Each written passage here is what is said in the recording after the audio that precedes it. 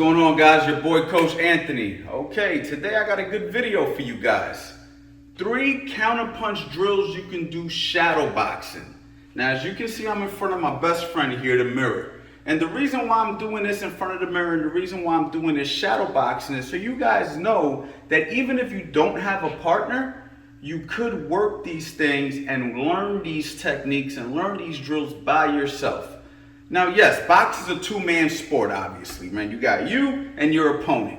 You also, if you're working with a trainer who's holding mitts for you or critiquing you, it's you and your trainer.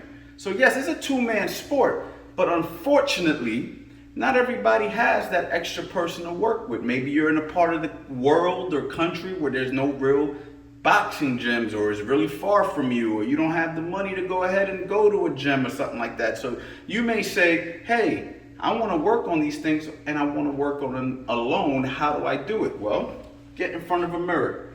Okay, this is one of your best friends in boxing. And even if you are a competitive boxer, I always recommend that you shadow box in front of the mirror a couple of rounds, because this is where you're going to see your technique. A lot of the times you hit the heavy bag, a lot of the times you shadow box, you can't see yourself.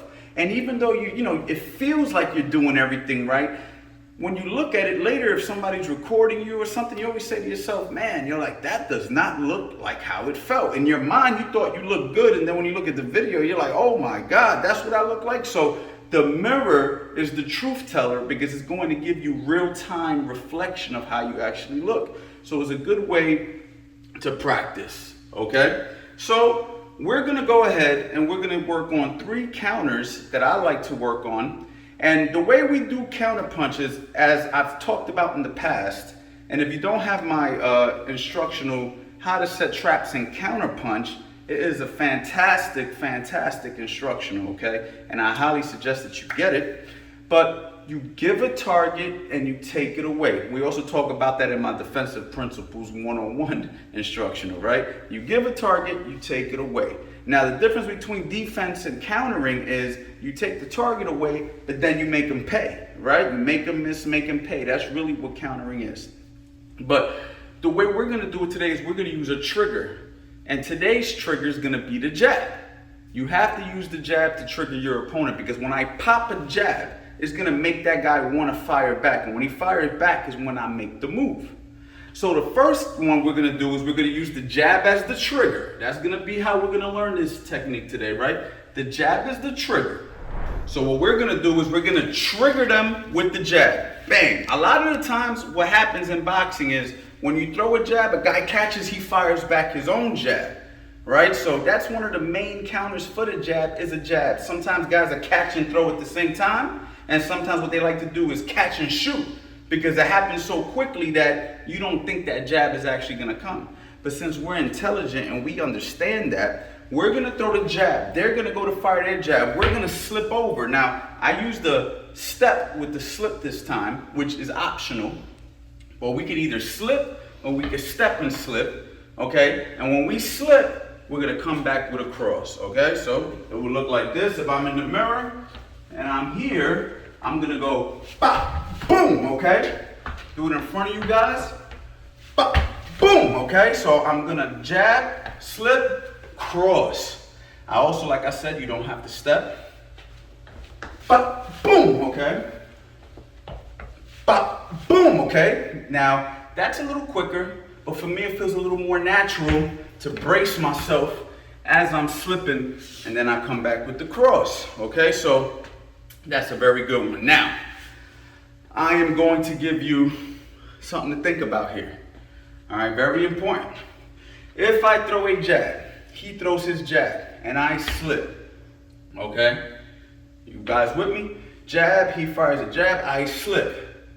When I slip, if he throws the cross at the same time, good possibility that we can exchange crosses. Or his can even beat mine. If he's going bang, bang, and I go jab, slip, now the cross is coming, he beat me to the cross. So, what I'm gonna say is, make sure that you're picking up on your patterns before you make this decision. So, you test them. You pop jab, pop, he catches, he shoots. Once you pick up his patterns, you're like, okay, he's throwing a single jab counter.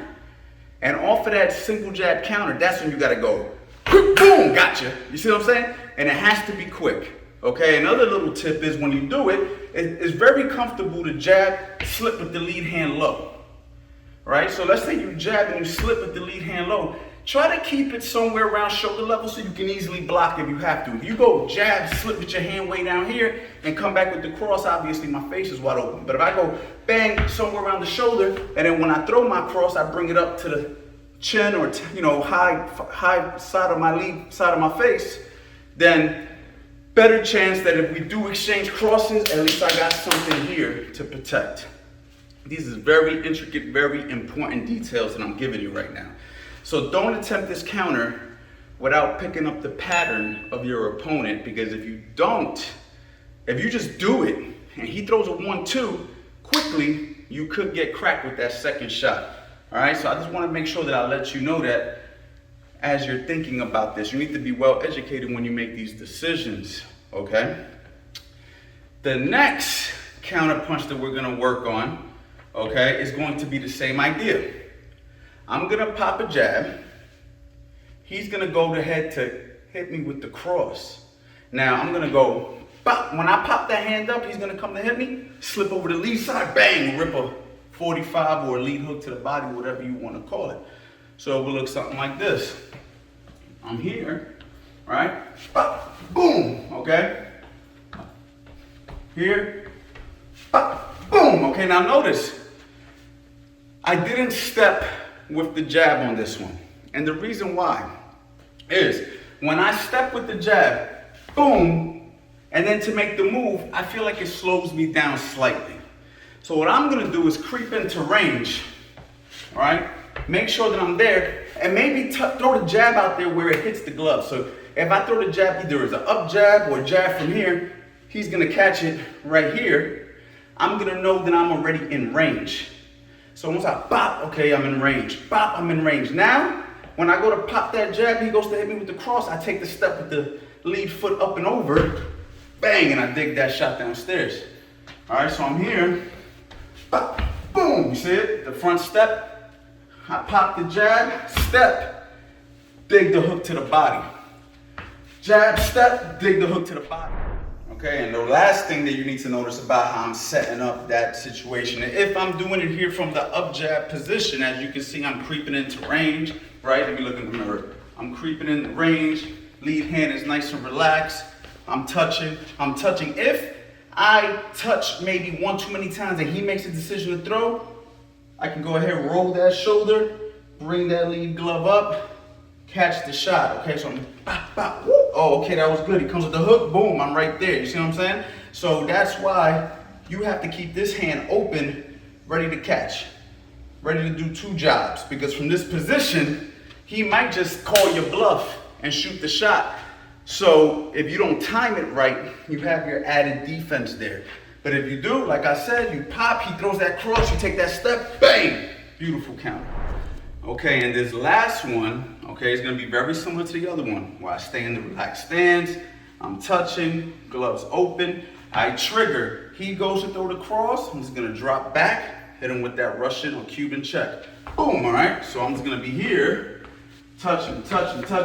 He wants to hit me with the cross, boom, and I catch him. I'm here. He goes to hit me with the cross, boom, and I catch him. Now, I can also just drop the shoulder back and throw the hook. So I could be here, pop, pop. He goes to throw that cross, boom, I catch him. As I drop back, I throw the hook at the same time. Once I crack him, I step off. Okay, I don't stay there, okay? And that's a check hook, basically. So you set it up with the trigger, all right? But when I'm triggering, notice I'm already triggering on the back foot. Because when I'm on that back foot, I'm inviting him in, and I also know where I want to go. Boom. All right, I also know that I want to create leverage, because if I'm standing here and I try to do the check from up here, that cross might land, but from further back, that cross has to reach. That cross falls right here, bang, I turn the shot over, hits him on the temple, the chin, top of the head, devastating shot, very, very effective. These are, believe it or not, advanced techniques. I wouldn't consider these rookie moves. Counterpunching is not for the rookie, okay? Counterpunching is advanced. So please proceed with caution if you're gonna try to use this in a real situation. But this is giving you some ideas that you could take with you and a way that you could drill it. You do it right in front of a mirror, okay? And what I'm gonna add for you guys is a free PDF, just like I have in the past, with some explanations of these counters. And I'll also design it where, you know, we do it in a little workout program, just something for me to give you guys so you guys could learn, you know, by reading sometimes. Sometimes you want to watch the video, and then you might want a little PDF that you can just open up and just look at, and it sinks in your brain. You know what I mean? My way of saying thank you to you guys for always showing love. Guys, make sure you go to the website, coachanthonyboxing.com. You already know what I provide. Thank you for the love and support. You already know. Boxing.